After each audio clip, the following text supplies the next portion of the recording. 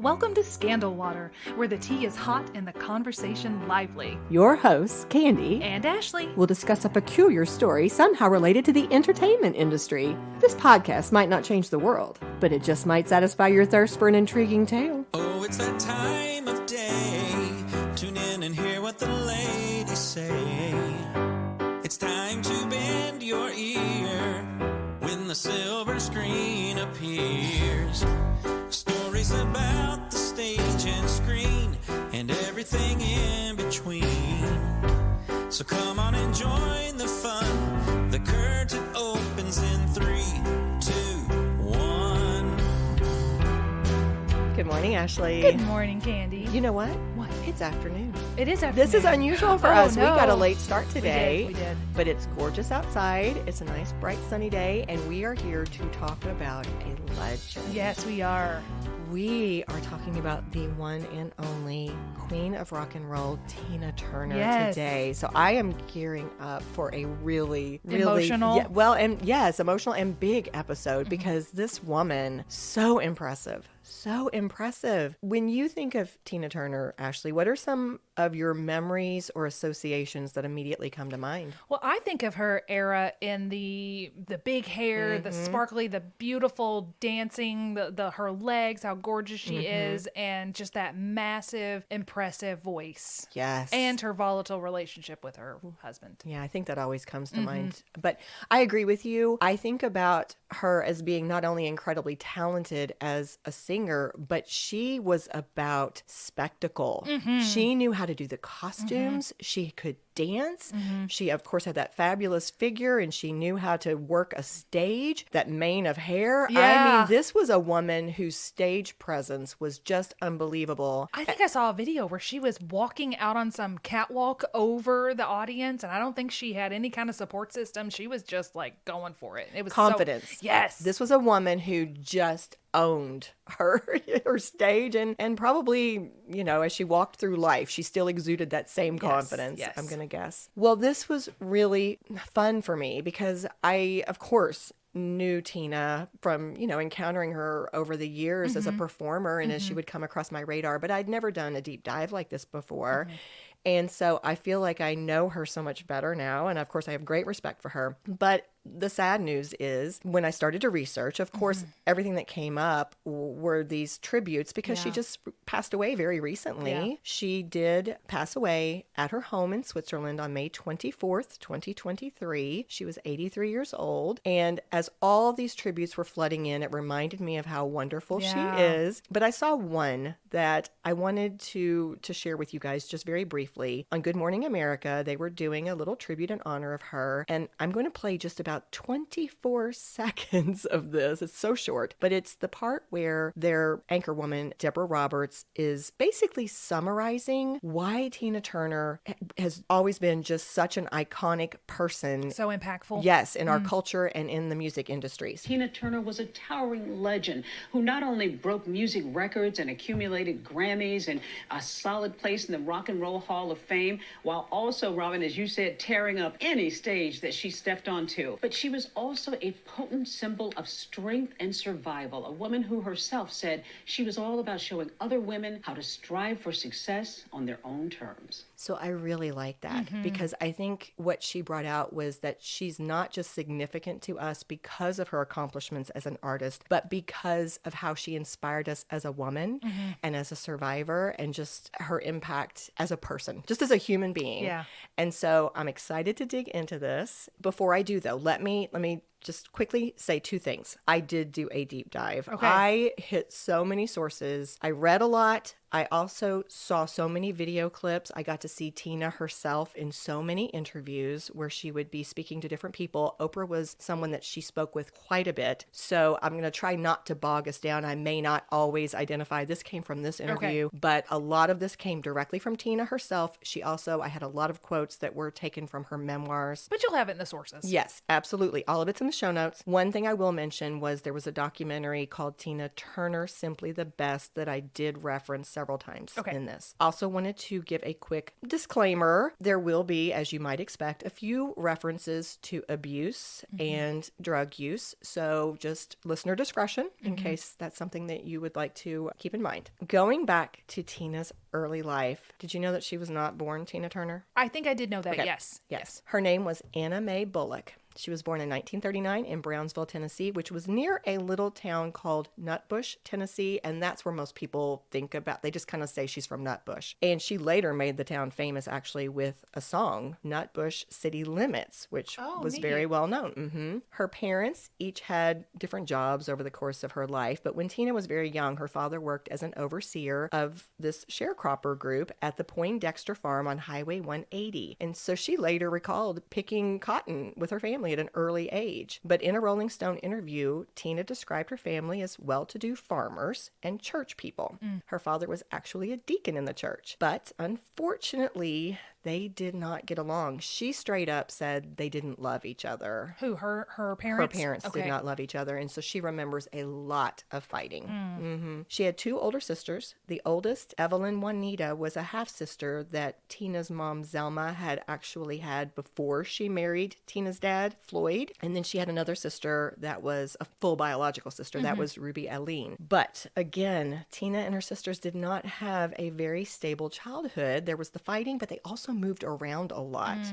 During World War II, the parents, Floyd and Zelma, worked for a few years in a defense plant in Knoxville. So the three sisters didn't go with them necessarily. They were kind of split up. I'm not sure where the others went, but I know that Tina was sent to live with her strict, very religious grandparents on her dad's side in Nutbush. Okay. Once the war ended, the girls did reunite with their parents. They lived for a couple years in Knoxville before then they moved back to Nutbush as a family. But when Tina was 11, her parents split up. Supposedly the main factor was that Tina's father was abusive and her mother was ready to get out of the situation and she just left. And Tina would later say that it was very unexpected and she didn't take the girls with her. She just kind of got out. She just left.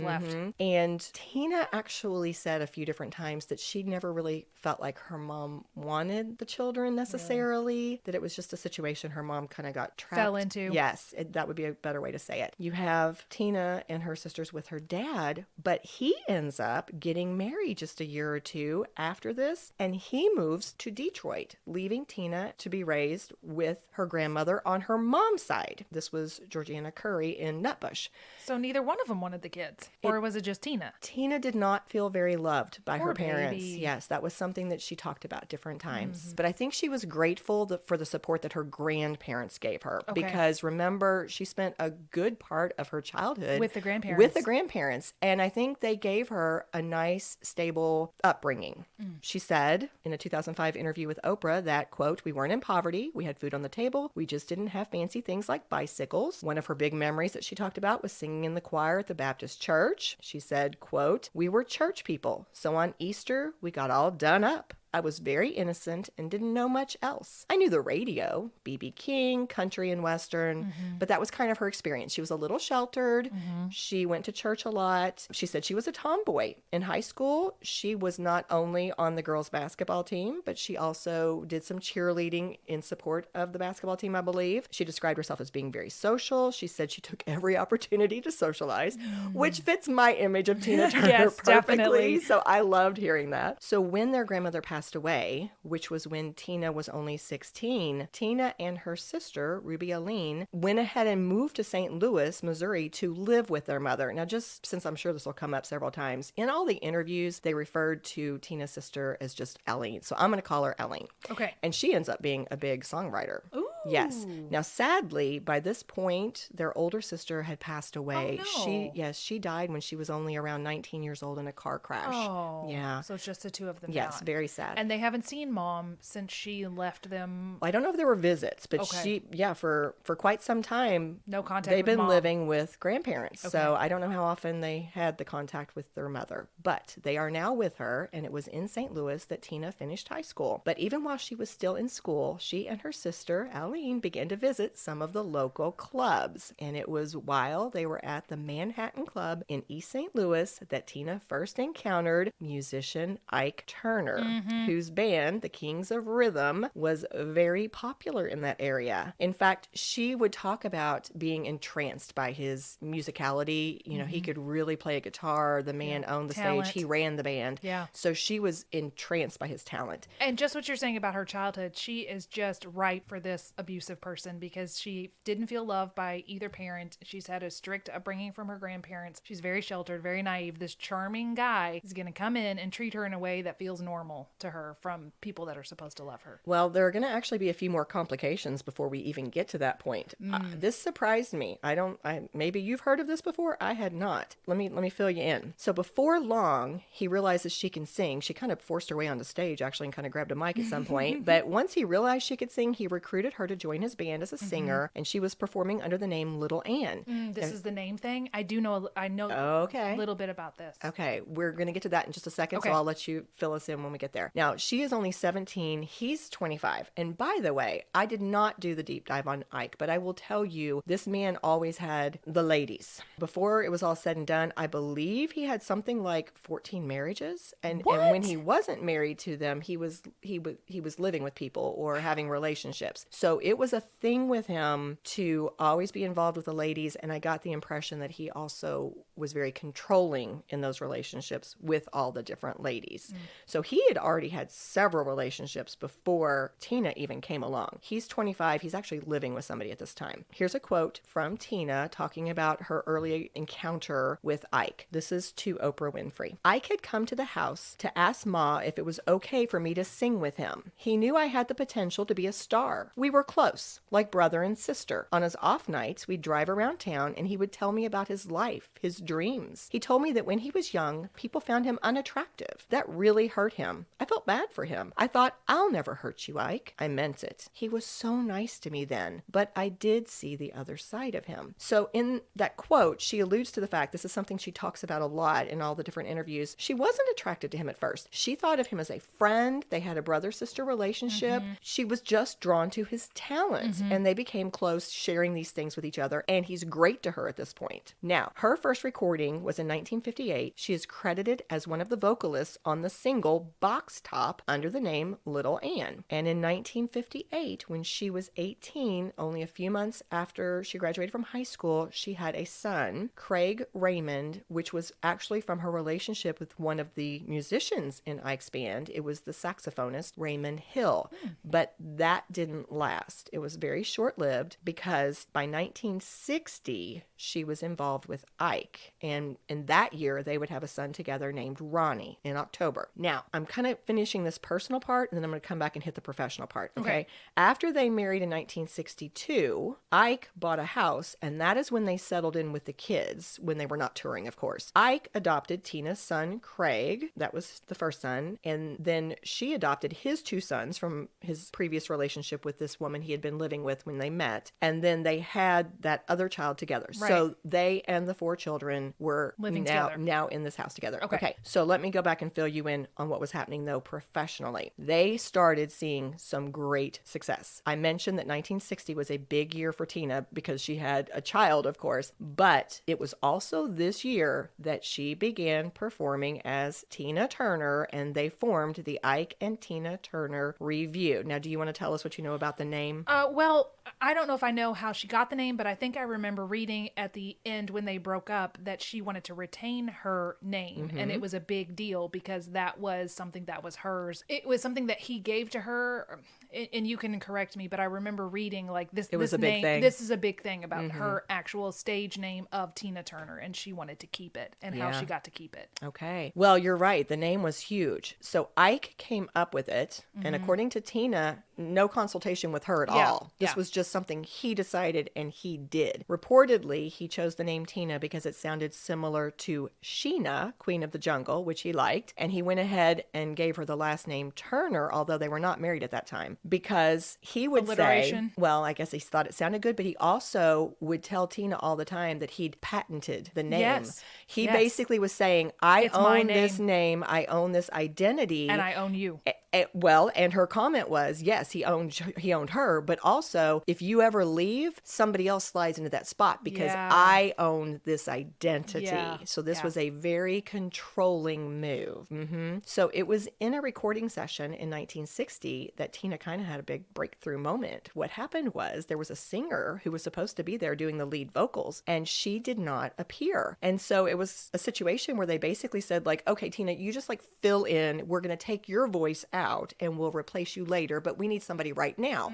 So she steps in, does this recording session, and the executives are so impressed with her, they convince Ike not to replace the vocals, and that song, A Fool in Love, would go on to hit number 2 on the R&B singles chart and basically help to launch their career as they're trying to like start as this band doing this review on tour. Nice. So under the name, the Ike and Tina Turner Review, they began this rigorous touring schedule all around the U.S., and they started to build their reputation. In fact, one of the sources said they were rivaling other R&B shows like the James Brown Review. Whoa. Yeah, they were pulling in the audiences.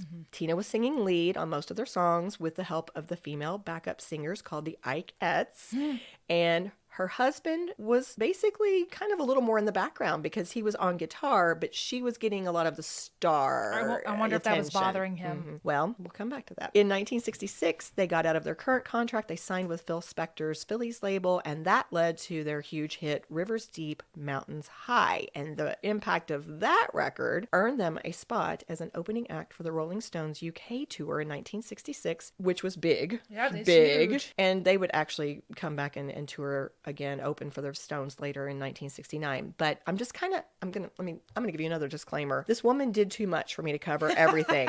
We would be sitting here for the next 3 hours if I tried to hit everything. So I'm giving you highlights, guys. I've got 12 hours left on the card, Candy. So I we've got the I don't know that time. people are going to give me that much time. So nobody, please don't be disappointed. I can't get it all, but I'm gonna hit highlights. It's a buffet. We're picking what we want. We're picking and choosing. So over the years, they'd also put out some successful albums. They had received some critical acclaim, all of which led to a gig headlining a show in Las Vegas in 1969. And this was big for them. A variety of celebrities This even is only came. 9 years since she started. Oh, yeah. And a variety of celebrities, including David Bowie, Janis Joplin, James Brown, Cher, Elvis, came to see their show. And of course, this means that Tina and Ike are rubbing elbows with the most celebrated artists around. I'm pausing there professionally because sounds like they're on top of the world. But here's what's happening Personally? Oh, It's awful. I have no doubt it's awful.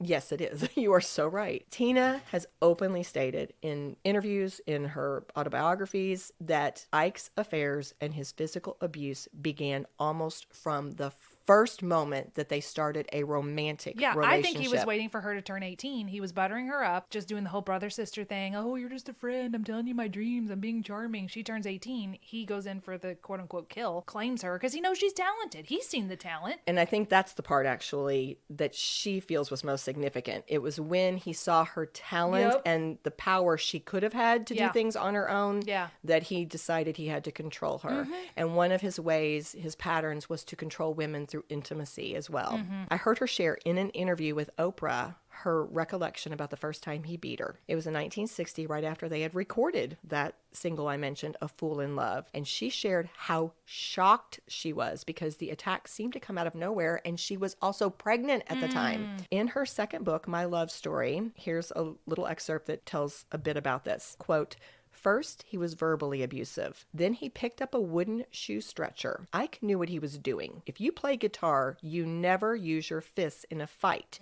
He used the shoe stretcher to strike me in the head. Oh, gosh. Always in the head." In other interviews, she would say that he would just grab whatever was handy. You know, it might be a coat hanger, might be a shoe stretcher, like what we've just mentioned, a telephone, anything that's handy. And then if he couldn't find anything, yes, he would use his fists. But it was just his pattern to grab something and just immediately In the head? attack. Yes. How did she not have concussions or get... Well, she took a lot of abuse. Poor A babe. lot of abuse. So while she was so shocked at the time, in an excerpt from her second memoir, she gave a little bit of her reflection about about why she thinks it happened. And this goes back to what we were just saying. She explained that their song, A Fool in Love, made them big money for the band, something like $25,000, which is huge. Think about in 1960. It's huge now, Candy. Well, true. And she noted, quote, "My relationship with Ike was doomed the day he figured out I was going to be his moneymaker. Yeah. He needed to control me economically and psychologically so I could never leave him." Now, she added in a different interview, quote, "He was cruel because he depended on me. He didn't like that he had to depend on me." So two different factors there. You know, I like to be in control. I don't want to feel like I'm dependent on you, but also I need to control you so you can't ever leave. Yeah, because I need you're you. making the money. Yeah. You're the star power. And then she actually gave a different insight when she was talking to Oprah a different time. And I thought this was interesting as well. She pointed out that she was the singer, something he always wanted to be, but singing was not his thing. He was a very talented musician. He could do so many things: piano, guitar, compose, lead a band. He could do so many things, but he was not a star singer. And she felt like that was something that really festered inside him and made him angry. 3 different reasons she talked about why he might have been just so hostile towards her, even if it was kind of subconsciously. Those are really good insights, too. They are. But she said she was very much in love with him when they were married. And she was also grateful to him for what he'd done for her. Yeah. And that affected the way she looked at him and what she put up with. She said, she used the word loyalty. She felt so much loyalty. And while she was in the moment, there was so much fear. And, you know, obviously she was so upset. But then she would say that she would actually feel sorry for him. Like he would play into her emotions at other times. And so she used words like feeling trapped and just not knowing what to do. And I keep thinking about how young she was and how inexperienced she was. But she said it was like he was always angry, and he treated her like she was the prisoner and he was the guard, which was another thing. She had very little freedom to try to do things without him. In her second memoir, this is really sad, she shared that in 1968, when she was at a very, very low point in her relationship with him, one night she took something like 50 sleeping pills that had been prescribed to her because she was having trouble sleeping. And she, of course, woke up, and she admitted that she was disappointed when she first woke up and realized she was still in this situation. And she described that Ike's response was to tell her she should have died. Oh, gosh. Yeah. Although it sounds hard to believe, things actually got worse after they started performing in Vegas in 1969. Remember, that's where I left off in their timeline a second ago? I did that on purpose because Elvis is getting ready to... Elvis is in the audience. This is the pinnacle. He's probably getting ready to do his 69 comeback special. It's a lot of... Vegas is buzzing. Yes, and this is when Ike is introduced to cocaine.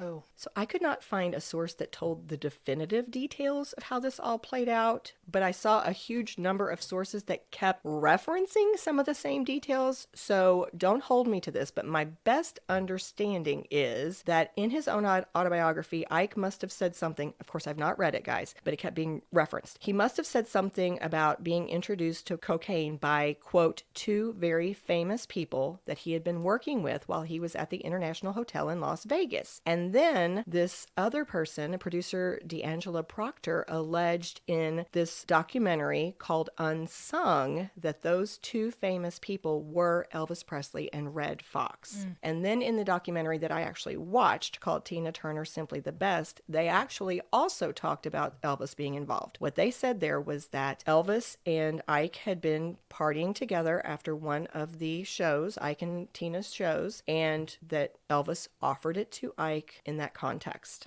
And they said that Ike, all the sources seem to agree that Ike was immediately drawn to the drug. He had trouble sleeping anyway, but this reduced his need for sleep, which he felt gave him this extra time and focus on his music. So he thought it was helping him. Before long, of course, he was addicted. And this, I'm not going to go into this, but of course, this led to all sorts of problems with his health, with legal problems, including jail time he served. But it also meant big problems for Tina because the abuse much worse. Yes, it did. This hit me as being not just tragically sad, but also a bit ironic that in 1970, most people would have thought this was such a high point for Tina because that was when Ike and Tina did their Proud Mary performance. Yes, that's the one I know them for. Yes. I mean, it just blows you away to watch it. It's just so powerful. That performance is amazing. But they performed Proud Mary on the Ed Sullivan Show, and that basically introduced them to all of America. They became something of a household name after that. And then not long after that led to them recording that song, which, to give full credit, that was actually a cover of a Creedence Clearwater Revival song. But their version went on to reach number 4 on the pop charts, and it won them a Grammy. So people people would think, you guys have made it. You've got to be so happy. But while her career is skyrocketing, behind the scenes, the abuse is escalating as his addiction is taking hold of him. In her second book, she shared one time he threw hot coffee in her face, giving her third-degree burns. She told Oprah he would even beat her before they went on stage. She said, quote, he'd hit me in the ribs and then always try to give me a black eye. He wanted his abuse to be seen. And then a different quote from her was, another night we had a fight in the dressing room, and when I went on stage, my face was swollen. I think my nose was broken because blood was gushing into my mouth when I sang. Before, I'd been able to hide under makeup, but you can't hide swelling. So he's just out of control with it. He's probably getting some kind of power surge from the fact that she can cover it up, but he knows it's there, and it's like something he's getting away with in front of all these people. And in the documentary, she commented, some people call me a foolish woman. I think it takes a smart woman to live with that man and to live in that situation, talking about the fact that she felt so trapped, but she was still trying to find her way and survive through it. Yes, the kids were a factor. She also commented in a different interview with Oprah that she may have seemed compliant, but she was always planning. Like her brain was churning. What am I going to do? Her plan B. How am I going to get out of this? Yeah. So we're about to talk about the part where she does get out of this. But why don't we take a quick break first? Sounds good. If you love Scandal Water and would like to help us keep the tea brewing, simply go to www.buymeacoffee.com/scandalwaterpod, where you can become a monthly supporter or give a one-time gift. Cheers! We're back. So in terms of their relationship, things came to a head in July of 1976 when Ike and Tina flew to Dallas for a show. Tina shared that after they got off the flight, her husband began hitting her in a car on the way to the hotel. And so she basically decided this was it. While he was asleep, she slipped out of the room carrying only a mobile credit card and 36 cents. She even specified it was a quarter, a dime, and a penny. A Washington Post article written about Tina after her passing shared a little bit more about the experience. So I'm going to ask you to read this, please, Ashley. Sure. Night was falling on July 1st, 1976, and Tina Turner was supposed to be on stage, launching another cross-country tour. Instead, she was hiding among trash cans in an alley behind a hotel. She knew people would be looking for her soon if they weren't already, so after a few minutes, she sprung from her hiding place and ran down the alley. Quote, I wound up on a freeway, Turner, who died Wednesday at age 83, remembered later, and I ran across that and into this Ramada Inn. She was wearing a white suit, but it was splattered with dried blood. One of her eyes was swollen shut, and she had intentionally left her trademark wig behind. I didn't know that was a wig. Oh, yeah. She wore wigs a lot. Oh. She asked to speak to a manager and, as she recalled later, told him, I'm Tina Turner. I have had a fight with my husband, as you can see. Will you give me a room? I can't pay you right now, but I promise that I will. So as she told it, that clerk was very sympathetic when he saw her bloodied face, and he did give her the room. She then called a lawyer who she knew was sympathetic to her situation, and this person arranged for a friend to pick her up, and they got her on a plane back to Los Angeles. And she said, quote, after my plane landed in California, my heart was in my ears. I was afraid Ike would be there because when I'd left once before, he tracked me down on a bus. So when I got off that plane, I ran like mad. I said to myself, if he's here, I'm going to scream for the police. And I had one chant in my head, I will die before I go back. Wow. So she was determined this time to make it happen. In a 2021 interview for Harvard Business Review, she said, for a long time, I felt like I was stuck with no way out of the unhealthy situation I was in. But then I had a series of encounters with different people who encouraged me. And once I could see myself clearly, I began to change, opening the way to confidence and courage. It took a few years, but finally I was able to stand up for my life and start anew. So that's some of what motivated her to finally be able to take that step. And she also did give credit in many interviews to her faith in Buddhism. She said she became much more spiritual, she said at some point, as she was dealing with this abuse. Becoming more spiritual really helped her. So she and Ike were formally divorced in 1978 after a long legal battle, which you probably would not be surprised to hear was very ugly. Yeah. An Oprah Daily article shared this excerpt from Tina's second memoir. Once she began the process of filing for divorce, he used his friends to intimidate her from moving forward. Often his stooges, as she calls them, would shoot bullets in her direction, even while she lived with her assistant and friend Rhonda Graham. Another night, they actually shot into the house. We were so scared that Rhoda slept in the boys' room and I slept in the closet because the room had a skylight and I was afraid there would be more shooting. Good golly. So the first person were her quotes from the memoir. Yeah. I'm sure you picked that up. So as for the details of the divorce, Tina shared that this is kind of what you alluded to before. She just wanted out. She was not going to haggle over the monetary things. She needed out. So she did admit that he retained most of the earnings. He retained most of the assets that they had earned as a couple. And the divorce almost ruined her financially, but she was happy to get away from him. Basically, what she said she got was 2 cars, custody of the 4 sons, and the ability to retain her name. To add on to the financial difficulties, because Tina had left the group, that review group, the tour failed. And so promoters and advertisers wanted money back. I'm assuming from both her and Ike, but it was definitely something that she was being faced with. So for the next few years, Tina was taking anything, whatever gig she could get to try to make money to support her family and to pay back the investors. Yes, yes. And this included a cabaret act in Vegas. She would appear on the Hollywood Squares. She performed on shows like the Donnie and Marie Show, the Sonny and Cher Show, the Brady Bunch Hour. Everything was basically trying to make the money, pay things back, and she did want to try to start to build a solo career. She was trying to prove that I can do it on my own. Yes, I am worthy by myself. I don't have to have this review or Ike. She did release some solo albums, but they did not do well. According to that documentary I've named several times, until 1983, Turner was considered a nostalgia act, performing mostly at hotel ballrooms and clubs in the United States. She was finally given a second chance and signed with Capitol Records in 1983. Wow. And this is where everything's going to change. And this is probably where we all really know her, are the aware 80s. of her. Yes. In November of 1983, she released her cover of Al Green's song, Let's Stay Together. And it didn't do as well in the US, but it became a huge hit in England. And that prompted her studio to say, okay, we'll let you make this album, which turned out to be the unbelievably popular Private Dancer.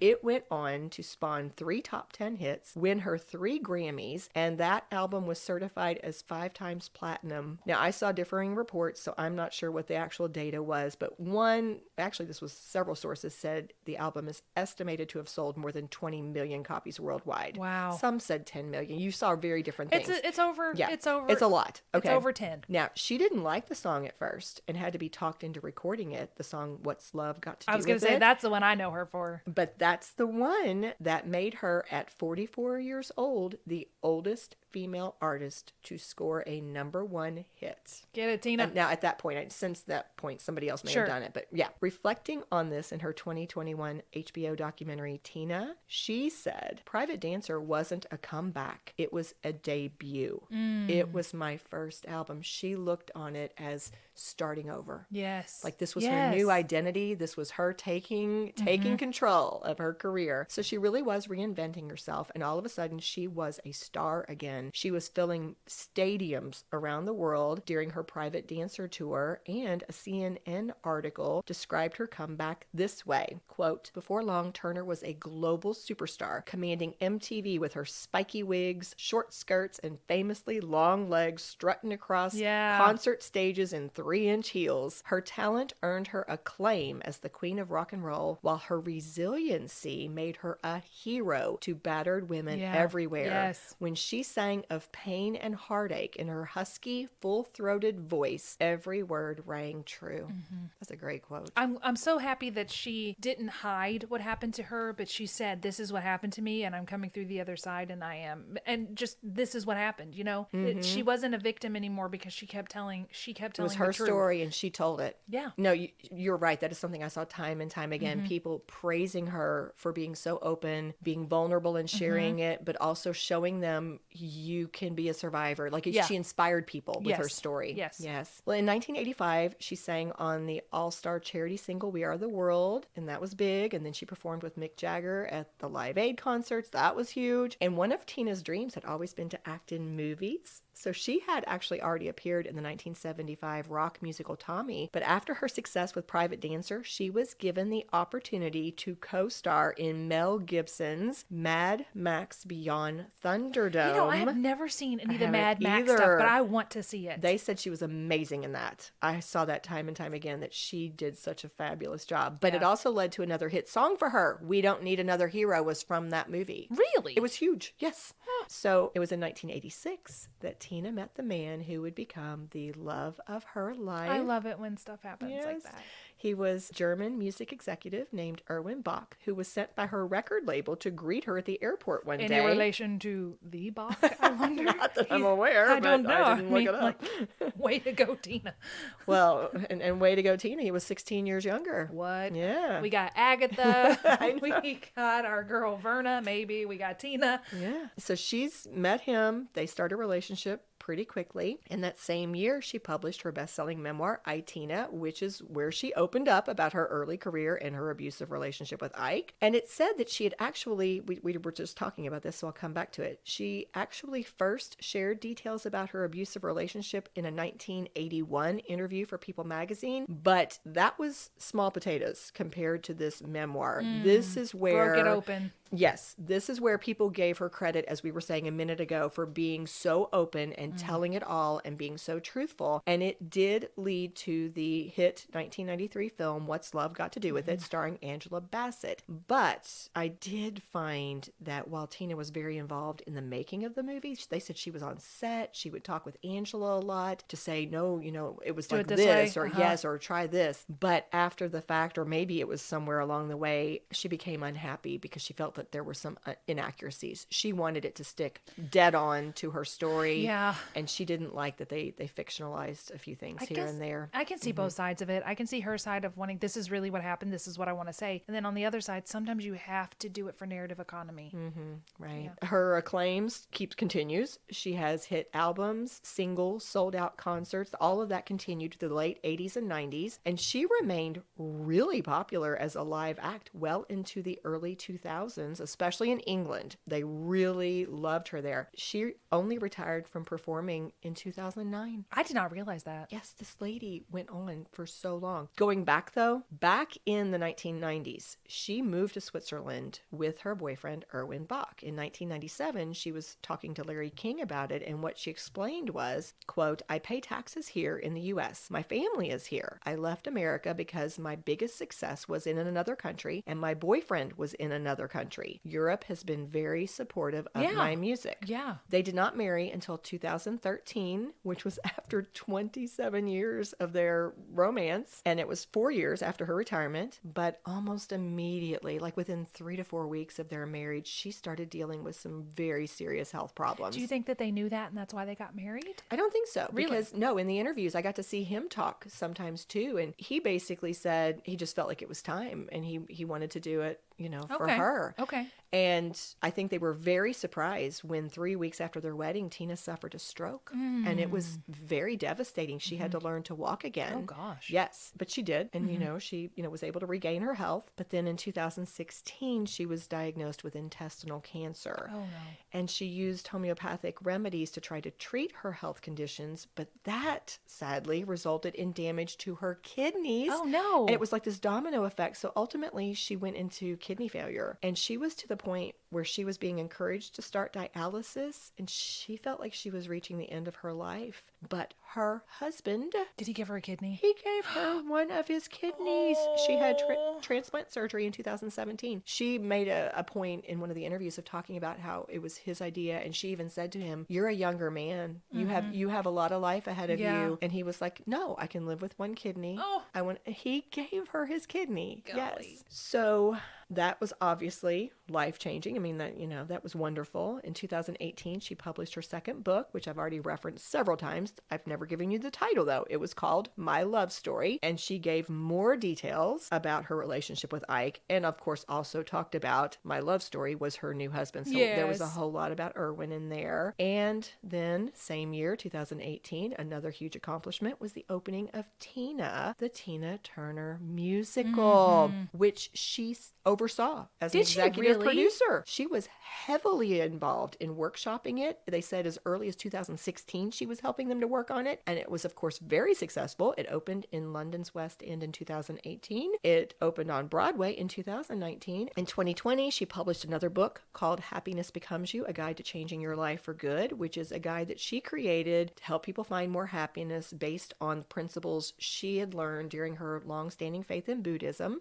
And that was the same year that she also came out with That's My Life, which was an authorized pictorial autobiography, something that she said was okay for them to put out. And in 2021, they released the HBO documentary about her life that was simply titled Tina. A couple of sad things that happened. She did lose her two biological sons. Her son Ronnie, with her son she had with Ike, passed away in December of 2022 from complications of metastatic colon carcinoma. Ooh. He had followed his parents into music. He was a bass player who was in the band Manufactured Funk. But actually prior to this, I should have mentioned this earlier, back in 2018 she had already lost her son Craig, who was her first son with the saxophonist.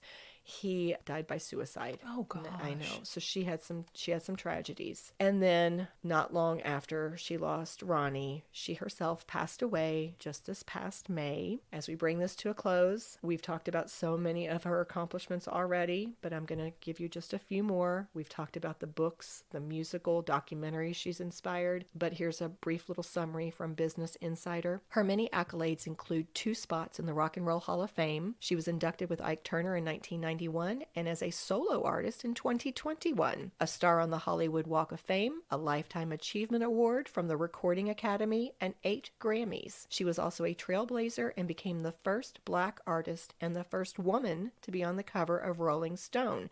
Now, in addition to those 8 Grammys they mentioned, technically, she also received 3 Grammy Hall of Fame awards and a Grammy Lifetime Achievement Award. So technically, I think we'd say she had 12 Grammys. Wow. She was honored by the Kennedy Center in 2005, and she broke ground in other ways too. In 2021, she told NBC, "One of my early career goals was to become the first Black woman to fill stadiums around the world. At the time, it seemed impossible, but I never gave up, and I'm so happy I made that dream come true." This woman endured. If you look at her timeline, she performed across decades. Yes. Decades, because she continued going into her 70s. She really was the queen of rock and roll. And countless artists have given her credit for inspiring them. Everybody from Lady Gaga to Janis Joplin to Mick Jagger. When she passed, a tribute from Beyonce said, "My beloved queen, I love you endlessly. I'm so grateful for your inspiration and all the ways you have paved the way."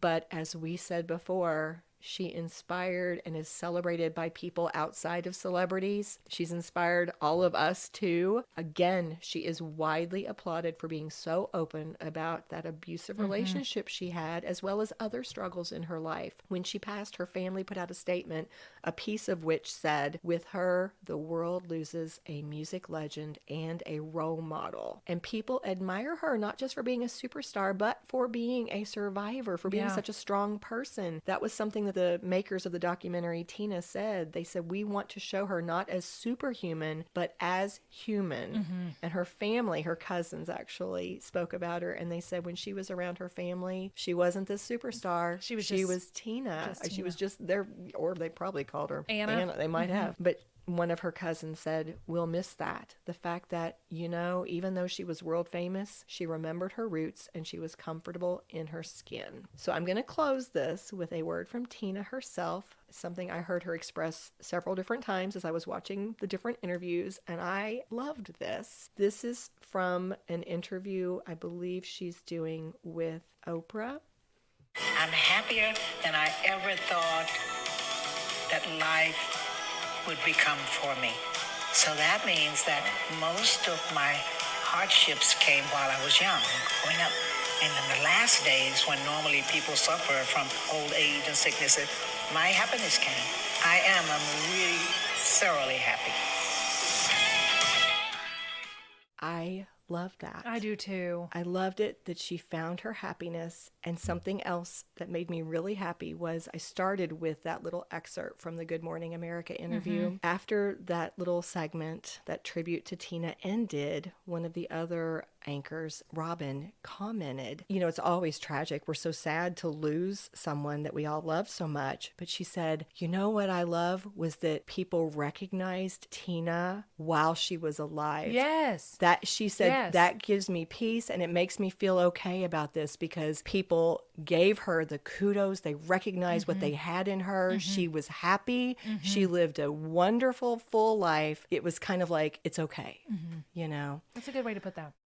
Armchair psychologist. Well, that brings us to the armchair. All right. I don't have a specific question. I just want to know, what are your thoughts? Well, I feel like she's got so many legacies. She's got her talent legacy. She's got obviously the award legacy, but it almost feels as though her personal life and the way she overcame her personal adversity is her biggest legacy. And I don't mean that as a disrespect to the stuff she did professionally, but it's just so beautiful the way that she got out of this situation and then talked about it and didn't hide it away and made it part of who she was and was an inspiration to other people, because that makes her more accessible to the average person. Okay, not all of us, well, like 99% of us are not going to have her professional achievements, but there are a lot of people who are currently in the situation that she was in, that she escaped from, and thinking, and you can't even say, well, she got out of it because she's Tina Turner. No, she walked out with 36 cents in her pocket. So if she can walk out with 36 cents, then you can do it too. And you could also say, well, why didn't she leave? Blah, blah, blah. We don't know. We don't know what goes on in anybody's home or what they're going through. But the point is, she was planning, she was making a plan, and she did when she felt like she could and when she couldn't take it anymore.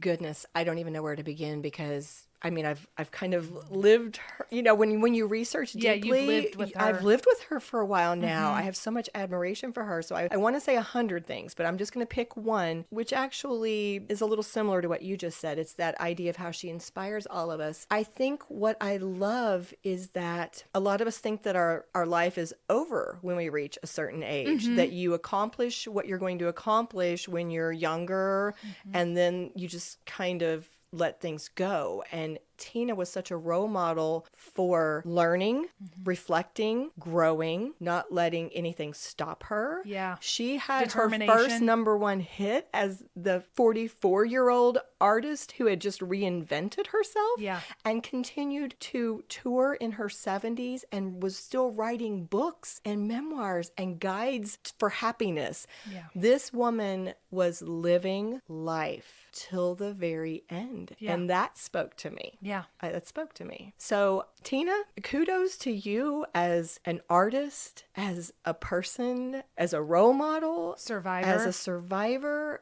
You've inspired us on so many levels. A huge cheers to you. Cheers. If you love what we do, please rate and review our show. Or you can become a supporter by making a donation through buymeacoffee.com/scandalwaterpod. Whether a single gift or a recurring monthly donation, it would go a long way towards supporting our work and allowing us to keep the tea brewing. At our website, www.scandalwaterpodcast.com, you can submit questions or your own story ideas, access our sources and show notes, see the merch we offer for sale, and more. You can join the Scandal Water community through our Scandal Water Podcast Facebook page, or follow us on Instagram or TikTok at Scandal Water Podcast. This episode was executive produced by Candy Thomas, that's me, and Ashley Raymer Brown. That's me.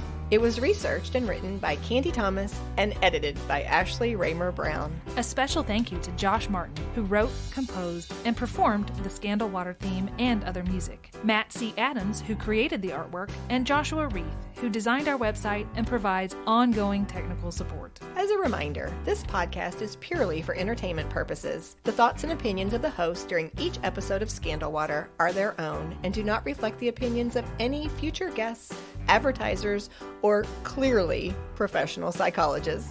Thanks for listening.